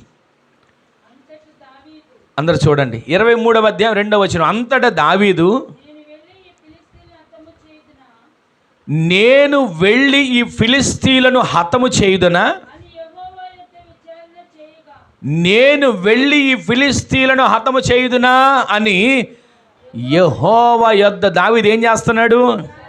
విచారణ చేస్తున్నాడు. ఆమెను చెప్పండి. ఈ రోజున రెండోది మనం ఏం చేయాలో తెలుసా? విచారణ అంటే దేవుని దగ్గర కనిపెట్టాలి, దేవుని దగ్గర వేడుకోవాలి. మన చిన్న ఆపదో, సమస్య, ఏదైనా ఒత్తిడి రాగానే ఏమండి ఎటు వెళ్ళాలి, ఎక్కడికి వెళ్ళాలి, ఎవరి దగ్గరికి వెళ్ళాలి అని ఊరంతా తిరుగుతాం. కానీ ఈ వెళ్ళవలసిన ఆయన స్థలానికి దగ్గరికి విచారణ చేయట్లా.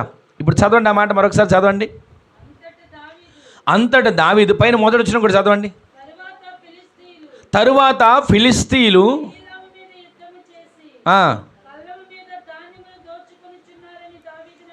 వినబడెను. ఇదిగో వినబడిందా? శత్రువు వచ్చి ఏం చేస్తున్నాడంట?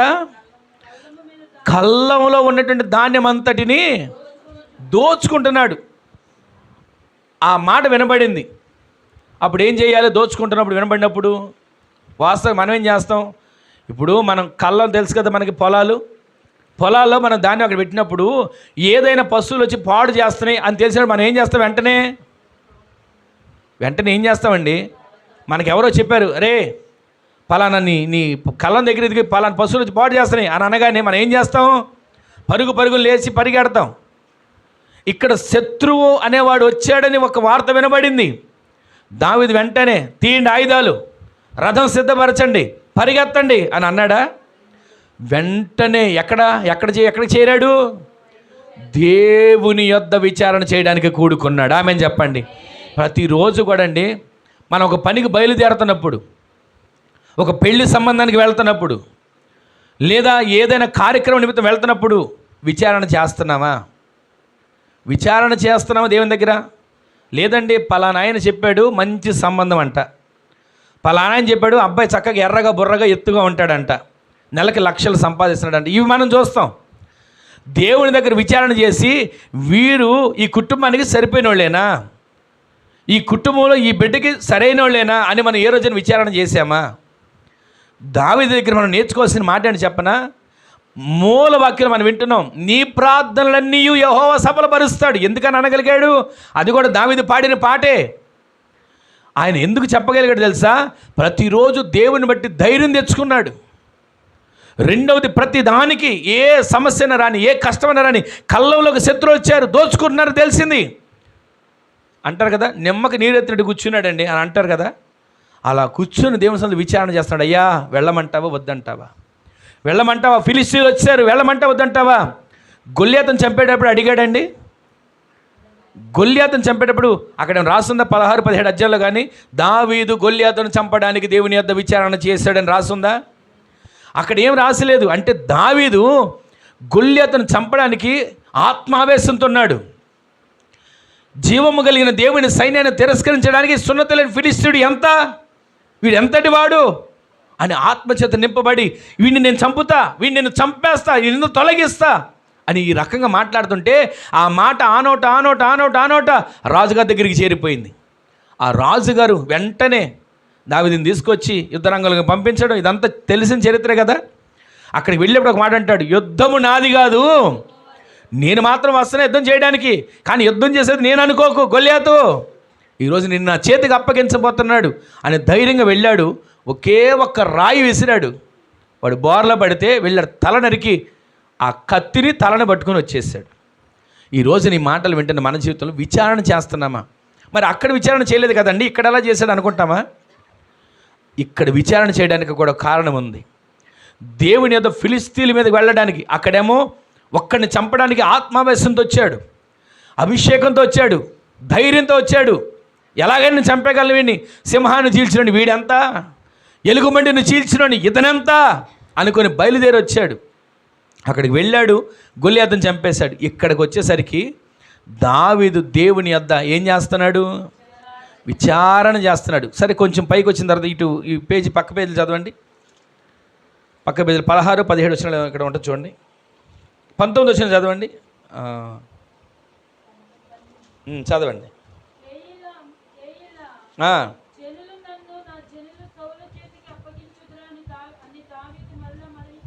మనవి చేయగా ఇక్కడ ఒక మాట మీకు జ్ఞాపకం చేస్తా. ఇక్కడ విచారణ చేశాడు. విచారణ చేసిన తర్వాత దేవుడి మాట చెప్పాడు. ఇక్కడ కింద ఒకసారి 2 వచ్చిన దగ్గర రండి ఒకసారి.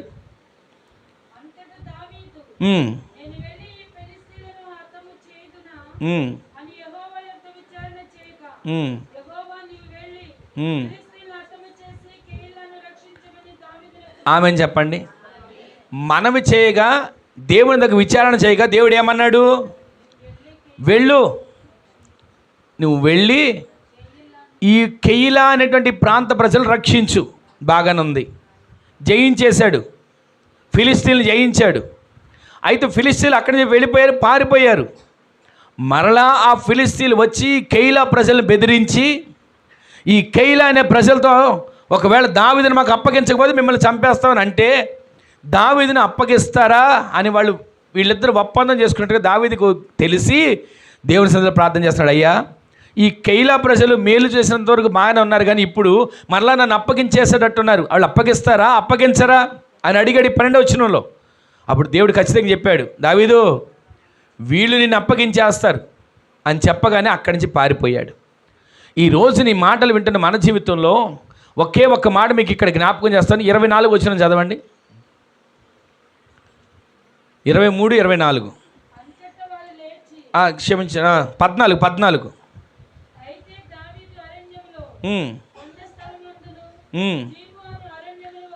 ఎందుకు వెళ్ళాడు అనుకున్నారు ఇక్కడికి? ఆ కెయిలా అనే ప్రజలు మళ్ళా ఫిలిష్తీయుల చేతికి అప్పగించేస్తాను భయపడిపోయి ఇక్కడికి వెళ్ళిపోయాడు. ఇప్పుడు చదవండి ఆ మాట.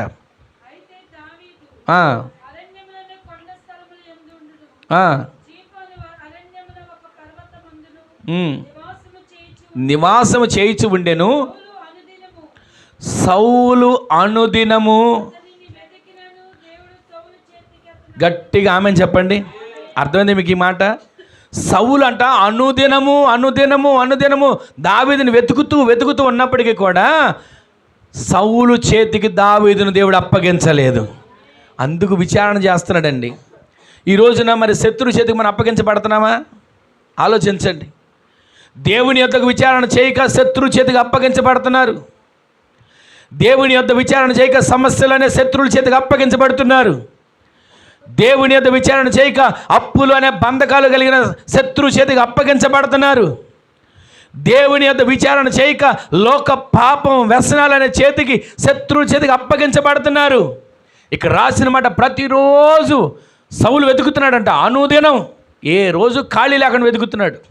రాజ్యాన్ని విడిచిపెట్టేశాడు, పరిపాలన విడిచిపెట్టేశాడు, ప్రజలు విడిచిపెట్టేశాడు. ఒకే పని పెట్టుకున్నాడు, దావీదుని పట్టుకోవాలి, చంపాలి. ఆ పని పెట్టుకుని అనుదినం తిరుగుతూ ఉంటే దేవుని యొద్ద విచారణ చేసిన దావీదును ఏమాత్రం సౌలు చేతికి అప్పగించకుండా దేవుడు కాపాడుతూ వచ్చాడు. ఈ రోజున నీ కుటుంబాన్ని దేవుడు కాపాడాలంటే, నీ కుటుంబం చుట్టూ దేవుడు ఒక ప్రాకారం ఉంచాలంటే, దేవుడు నీ ప్రార్థనలన్నీ సఫలపరచాలంటే నీవు అనుదినము అనుక్షణము దేవుని యొద్ద విచారణ చేసే వ్యక్తిగా మార్చబడదువు గాక. కొంచెం పేజీల ముందు తిప్పి 22వ సమూయేలు గ్రంథంలోకి రండి. సమూయేలు 2వ గ్రంథం 5వ అధ్యాయం 19 చదవండి. త్వరగా నేను ముగిస్తాను. ఇక్కడ చదవండి, అందరూ మాట చూడండి. దావీదు అంటే, నేను ఫిలిష్తీయులకు ఎదురుగా పోయేదనా, వారిని నా చేతికి అప్పగింతువా అని యెహోవా యొద్ద విచారణ చేసినప్పుడు దేవుడు అంటున్నాడు, పొమ్ము, నిస్సందేహముగా వారిని నీ చేతికి అప్పగించబోతున్నాను. అర్థమవుతున్నాయి మాటలు? మనం విచారణ చేస్తే దేవుడు మనతో మాట్లాడతాడు, నీకు ఆలోచన తెలియజేస్తాడు. నాతో డైరెక్ట్గా మాట్లాడతాడండి దేవుడు అనుకోకండి. ప్రతిరోజు నీ దర్శనంలోనే మాట్లాడతాడు, వాక్య రూపంలోనే మాట్లాడతాడు, కళలోనైనా మాట్లాడతాడు, సేవకుని ద్వారానైనా నీతో మాట్లాడతాడు. ప్రతిరోజు ఆయన మాట నీ జీవితాన్ని నడిపించేటట్లుగా నీవు విచారణ చేయడం మొదలు పెడితే చాలు, దేవుడు నీతో మాట్లాడతాడు. అక్కడ రాసిన మాట ఏంటి చెప్పనా? ఇక్కడ మనం చూసాం, కెయిలా అనే ప్రజల్ని కాపాడాడు. అక్కడికి విచారణ చేశాడు, వెళ్ళాలా వద్దా, ఫిలిష్తీయులు నాకు అప్పగిస్తావా అప్పగించవా, వెళ్ళమన్నాడు, యుద్ధం చేయమన్నాడు. తర్వాత మళ్ళీ ఒక అనుమానం వచ్చింది. అక్కడ ఉంటుండగా కెయిలా ప్రజలు నన్ను అప్పగిస్తారా అని అడిగాడు. దేవుడు అన్నాడు, నేను అప్పగించేస్తారు. అంటే జీపు అరణ్యం, రకరకాల చోట్ల కొండ గుహల్లో దాక్కుని ఉంటే ఇక అనుదినము సౌలు వెతుకుతున్నా సరే దావీదు ఎక్కడ కూడా సౌలు చేతికి అప్పగించబడకుండా దేవుడు దాస్తా వచ్చాడు. విచారణ చేసిన వ్యక్తి ఆపదల నుంచి తప్పించబడతాడు. విచారణ చేసిన వ్యక్తి ప్రమాదాల నుంచి తప్పించబడతాడు. విచారణ చేసిన వ్యక్తి ప్రతిరోజు కాపాడబడతాడు.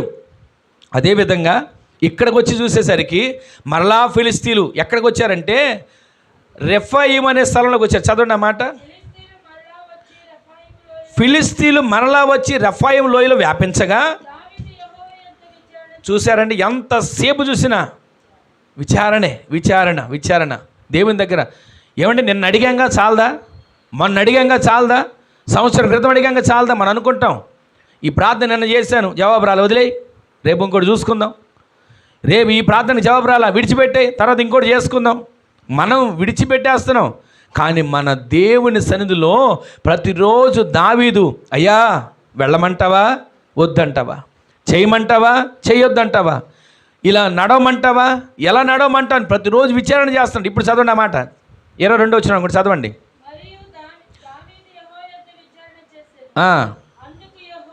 యెహోవా వినండి ఆ మాట. ఇంతకు ముందు వరకు ఏం విన్నావు? దేవుడి దగ్గర విచారణ చేసి ఏమన్నాడండి దేవుడు?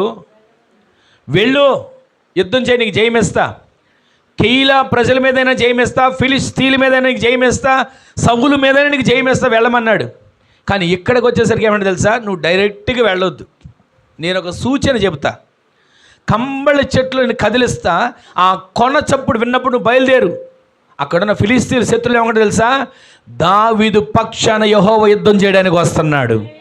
ఈ రోజున నీవు దేవుని దగ్గర విచారణ చేసిన పని ప్రారంభిస్తే, ఆ పనిలో ఎక్కడ ఏ ఆటంకం ఉన్నా సరే ఆ ఆటంకాలన్నింటిని కూడా తప్పించగలిగిన దేవుడు మన దేవుడు. ఈ రోజున మనం పని ప్రారంభించేప్పుడు విచారణ చేస్తున్నామా? ఉద్యోగానికి వెళ్ళేటప్పుడు విచారణ చేస్తున్నామా? ఉద్యోగంలో జాయిన్ అయ్యేటప్పుడు విచారణ చేస్తున్నామా? కుటుంబంలో ఒక బిడ్డకి వివాహం జరిగించాలన్నా విచారణ చేస్తున్నామా? కుటుంబంలో ఏదైనా ఒక కార్యం తలపెట్టాలన్నా, ఇల్లు పని మొదలు పెట్టాలన్నా దేవుని దగ్గర విచారణ చేస్తున్నామా? మేము ఈ విచారణ చేయమండి. ఎక్కడ మంచిగా జాతకాలు చూస్తారో అది చూసుకుంటాం. సమయము, ముహూర్తం, లగ్నం ఇవన్నీ మేము జాగ్రత్త చేసుకుంటాం. అంటే మనం సౌలు జాబితాలో ఉన్నట్టు. దేవుడైనటువంటి యెహోవా ఆ యుద్ధ దావీదు విచారణ చేస్తే ఆయన ఇచ్చినటువంటి మాటను బట్టి జయమిస్తూనే ఉన్నాడు. ఆయన ఇచ్చిన మాటను బట్టి జయించే వ్యక్తిగా మారుస్తూనే ఉన్నాడు. ఈ రోజున నీ ప్రార్థనలన్నీ సఫలపరచబడాలంటే మొట్టమొదటిది నీవు దేవునిని బట్టి నువ్వు ధైర్యపరచబడాలి. ఆమెను చెప్పండి. దేవునిని బట్టి ఏమవ్వాలి? ధైర్యపరచబడాలి. రెండవది, నీవు దేవుని యొద్ద విచారణ చేయాలి. మూడో మాట నేను చెప్పి రెఫరెన్స్ చదివించి ప్రార్థన చేస్తాను. చూడండి, పరమగీతములు 8వ అధ్యాయం 5వ వచనం. ఆ ఒక్క మాట చదవండి, ప్రార్థన చేసుకుందాం. అందరూ చూడండి. తన ప్రియుని మీద ఆనుకొని, తన ప్రియుని మీద ఆనుకొని, ఆమెను చెప్పండి. మొట్టమొదటిది, నీ ప్రార్థనలన్నీ సఫలపరచబడాలంటే నీవు దేవునిని బట్టి ధైర్యపరచబడాలి. రెండవది, దేవుని యొద్ద నీవేం చేయాలి? విచారణ చేయాలి. మూడవది, నీ దేవుని మీద ఆనుకోవాలి. అంటే ప్రియుడు అంటే రానయ్యున్నటువంటి వరుడు యేసుక్రీస్తు ప్రభుల వారు. ప్రియురాలు అంటే సంఘమైన మనందరం ఆయన మీద మనం ఆనుకొని జీవించుదుముగాక. క్రీస్తు రక్తము చేత కడగబడిన మనం, సురక్షకునిగా అంగీకరించిన మనం ప్రతిరోజు ఆయన సంధిలో ఇలా ఉండాలి, అలా ఉండాలని వాక్యాల ద్వారా దేవుడు మనల్ని హెచ్చరించినప్పుడు ఆ వాక్యానుసారంగా మనం బ్రతకడానికి ఇష్టపడుతూ సిద్ధపడుతున్న మనం కాసేపు మేలు జరిగితే దేవుని మీద, మేలు జరగకపోతే లోకం మీద మనం అనుకుంటాం. కానీ దేవుని సన్నిధికి వచ్చిన మనం ప్రతిరోజు కూడా భక్తులు ఎందరూ పాడబడి, మేలైనా కీడైనా నీ కొరకేనయ్యా. అంటే మనం మేలు జరిగితే నీ కొరకు అంటాం, మేలు జరగకపోతే నా కొరకు, నా ఇష్టం వచ్చినట్టు చేసుకుంటాను అంటాం. కానీ ఆయన మీద మనం ఆనుకుంటే, ఆయన మీద మనం ఆధారపడగలిగితే, ఎక్కడ ఉన్నంత వరకు మనల్ని పోషిస్తాను, సంరక్షిస్తాను, బ్రతికిస్తాను అన్నట్లా యుగ యుగాలు కూడా మనల్ని ఆయనతో కూడా జీవింప చేయబోతున్నాడు. అందుకు మనం ఆయన మీద ఆనుకోవాలి. అలా మనం ఆనుకుంటే, మనం ఆధారపడగలిగితే, ఇంక నేను ఎక్కువగా చెప్పట్లేదు, అలా మనం జీవిస్తే నీ ప్రార్థనలన్నీ ఏమవబోతున్నాయి? సఫలం చేస్తాడు. మొట్టమొదటిది, నీవు దేవునిని బట్టి ధైర్యం తెచ్చుకోవాలి, ధైర్యంగా ఉండాలి. రెండవది, దేవుని యొద్ద, మీరు ఏమైనా రాసుకుంటే చక్కగా ఈ 3 విషయాలు రాసుకోండి. ప్రతిరోజు మీరు ప్రార్థన చేసుకోండి. ఈ విధంగా నా ప్రార్థనలు సఫలపరచాలంటే, నా ప్రార్థనలు దేవుడు అంగీకరించాలంటే, నా ప్రార్థనలన్నీ కూడా ఆయన సఫలం చేయాలంటే నేను ఈ విధంగా ఉండాలి అని మీరు ప్రతిరోజు ప్రార్థన చేసినప్పుడు ఎత్తిబట్టి ప్రార్థన చేసుకోండి. మీ ప్రార్థనలన్నింటినీ దేవుడు సఫలపరచబోతున్నాడు. మొట్టమొదటిది ఏమవ్వాలి? దేవునిని బట్టి ధైర్యం తెచ్చుకోవాలి. మనుషులు బట్టి, మాకు పలానా ఆయన ఉన్నాడండి, సీఎం గారు తెలుసు, పిఎం గారు తెలుసు, మంత్రి తెలుసు, మినిస్టర్ తెలుసు, ముఖ్యమంత్రి, ఇవన్నీ చెప్తాం. వాళ్ళ గురించి కాదు, నీవు ఎవరిని బట్టి ధైర్యం తెచ్చుకోవాలి? దేవుని బట్టి నువ్వు ధైర్యం తెచ్చుకుంటే నీ ప్రార్థనలన్నీ సఫలపరచబడతాయి. రెండవది, నువ్వు ఎవరి యొద్ద విచారణ చేయాలి? దేవుని యొద్ద నువ్వు విచారణ చేస్తే నీవు ముందుకు వెళ్ళాలో వెళ్ళకూడదో, ఈరోజు నువ్వు ఎక్కడికి వెళ్ళాలో ఎక్కడికి వెళ్ళకూడదో ప్రతిదీ నా దేవుడు నీకు ఆలోచనకర్తగా నీకు ఆలోచన తెలియజేయబోతున్నాడు. దావీదు ఎన్నోసార్లు ఎంత కష్టం వచ్చినా సరే ఆయన దగ్గర విచారణ చేశాడు. ఇక్కడ కూడా మనం మూలవాక్యం ఉందా, మొదటి మాటలు చదివిన దగ్గర కూడా ఏఫోదును తీసుకురండి, ఏఫోదును తీసుకురండి, దేవుడు మాట్లాడతాడు అని ఏఫోదును తీసుకొచ్చి విచారణ చేశాడు. ఈ మాటలన్నీ వింటున్న మనం ఎంతసేపు దేవుని దగ్గర విచారణ చేస్తున్నాం? నాకు ఆ టైం లేదండి, నాకు అసలు ఖాళీ లేదండి అనుకుంటున్నాను. విచారణ చెయ్యాలండి దేవుని దగ్గర. మూడోది, నీవు దేవుని మీద ఏమవ్వాలి? ఆనుకోవాలి. మేలు జరిగినప్పుడు దేవుని మీద ఆనుకొని, మేలు జరిగినప్పుడు లోకం మీద ఆనుకునే వారికి మనం ఉండకూడదు. ప్రతిరోజు కూడా మనం ఆయన మీద ఆనుకొని, ఆయన మీద ఆధారపడి ఆత్మీయ జీవితంలో నడిపించబడే వ్యక్తులుగా మార్చబడదుము గాక. ఈ 3 విషయాలు మనసులో పెట్టుకోండి. మూలవాక్యం 20వ కీర్తన 5వ చరణంలో రాసిన మాట, నీ ప్రార్థనలన్నీ యెహోవా సఫలపరచబోతున్నాడు. గట్టిగా ఆమేన్ చెప్పండి. అలా సఫలపరచబడాలంటే నీవు వాక్యం, ప్రార్థన అనే రెక్కలు కలిగి ప్రతిరోజు దేవుని స్తుతించే వ్యక్తిగా మార్చబడాలి. అలా స్తుతిస్తున్న నీవు ఎదురవుతున్న శ్రమలను బట్టి, ఆటంకాలను బట్టి, కష్టాలను బట్టి, నిందలను బట్టి, అవమానాలను బట్టి నీవు కృంగిపోకూడదు. నా దేవుడు ఉన్నాడని ధైర్యపరచబడాలి. రెండవది, నువ్వు ప్రతిదానికి ఏ కష్టం వచ్చినా, శ్రమ వచ్చినా దేవుని మీద విచారణ చేయాలి. అయ్యా, ఇది ఎలా తొలగుతుంది? నాకు ఒక మార్గం చూపించు. ఇది ఎలా తీరుతుంది? నాకు ఒక కార్యం చేయి అని దేవుని మీద విచారణ చేయాలి. మూడోది, నువ్వు ప్రతిరోజు కూడా దేవుని మీద ఏమవ్వాలి? ఆయన మీద ఆనుకోవాలి. అలా ఆనుకుంటే నీవు ఫలిస్తావు. రాస్తుంది కదా యోహాను సువార్త 15వ అధ్యాయంలో, ద్రాక్ష తీగలు పందిరి మీద ఆనుకుంటాయి. ఆ పందిరి మీద ద్రాక్ష తీగలు ఆనుకుంటేనే అవి ఫలిస్తాయి, ఫలభరితంగా మార్చబడతాయి, గుత్తులు గుత్తులుగా ద్రాక్ష పళ్ళు కాస్తాయి. అలా నీవు దేవుని మీద ఆనుకుంటే నీ కుటుంబం ఫలించే కుటుంబంగా మార్చబడుతుంది. నీ బిడ్డలు ఫలించే ఆ ద్రాక్ష వల్లిలుగా మార్చబడతారు.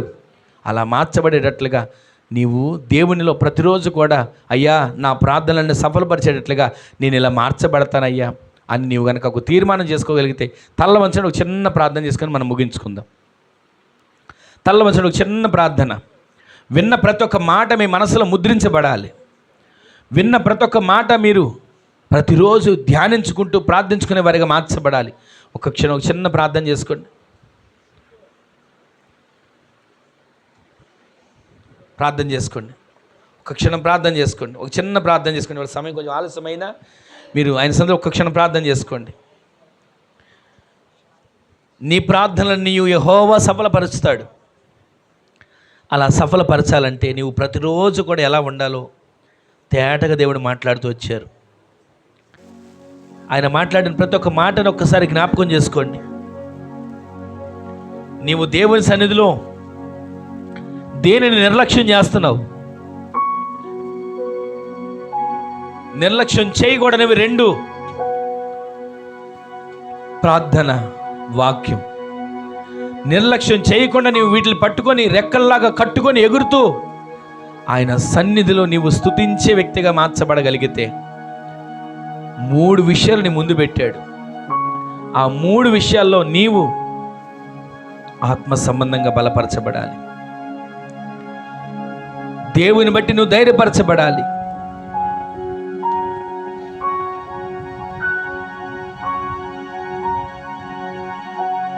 దేవుని యొద్ద నువ్వు విచారణ చేయాలి.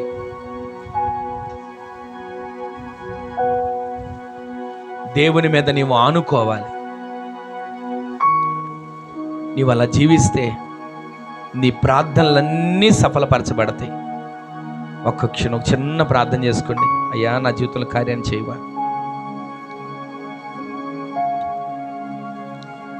నా జీవితంలో కార్యాన్ని చేయవా.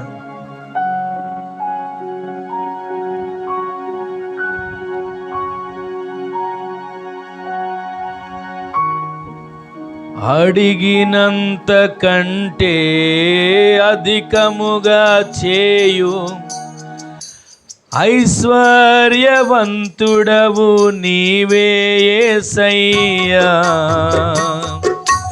అడిగినంత కంటే అధికముగా చేయు ఐశ్వర్యవంతుడవు నీవే యేసయ్యా. అడిగినంత కంటే అధికముగా చేయు ఐశ్వర్యవంతుడవు నీవే యేసయ్యా. పరిపూర్ణమైన నీ దైవత్వమంతా పరిశుద్ధతకే శుభ ఆనవాలు. పరిపూర్ణమైన నీ దైవత్వమంతా పరిశుద్ధతకే శుభ ఆనవాలు.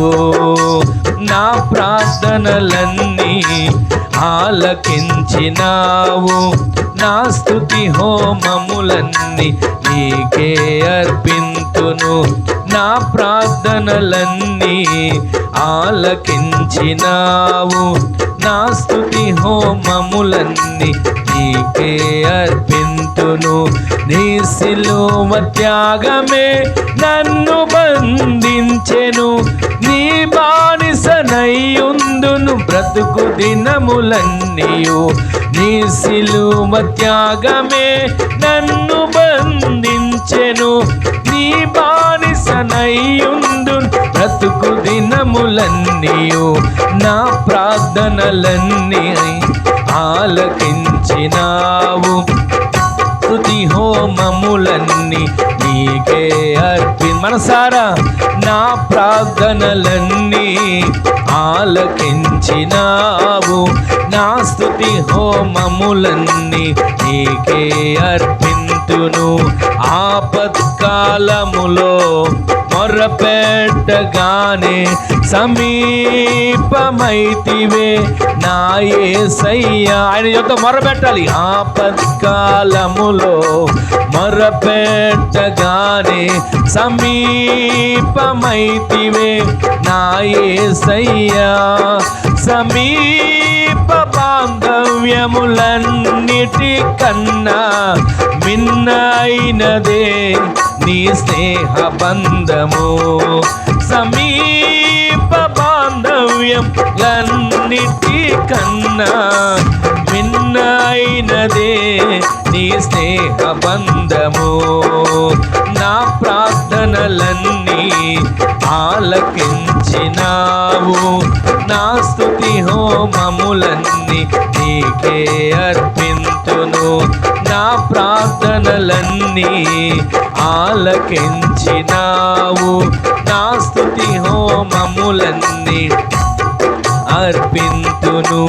ఎక్కలేనంత ఎత్తైన కొండపై ఎక్కించుము నన్ను నా యేసయ్యా. ఎక్కలేనంత ఎత్తైన కొండపై ఎక్కించుము నన్ను నా యేసయ్యా. ఆశ్చర్యకరమైన నీ ఆలోచనలే ఆత్మీయతకే స్థిరపునాదులు. ఆశ్చర్యకరమైన నీ ఆలోచనలే ఆత్మీయతకే స్థిరపునాదులు. నా ప్రార్థనలన్నీ ఆలకించినావు, నా స్తుతి హోమములన్నీ నీకే అర్పింతును. నా ప్రార్థనలన్నీ ఆలకించినావు, నా స్తుతి హోమములన్నీ నీకే అర్పింతును. ఒక క్షణం ఒక చిన్న ప్రార్థన చేసుకోండి. నీ ప్రార్థనలన్నీ ఆయన సఫలం చేయబోతున్నాడని ఇది నాన్న మనం విన్న ప్రతి ఒక్క మాట మన హృదయాల్లో భద్రపరచబడేటట్లుగా అయ్యా కార్యాన్ని చేయండి.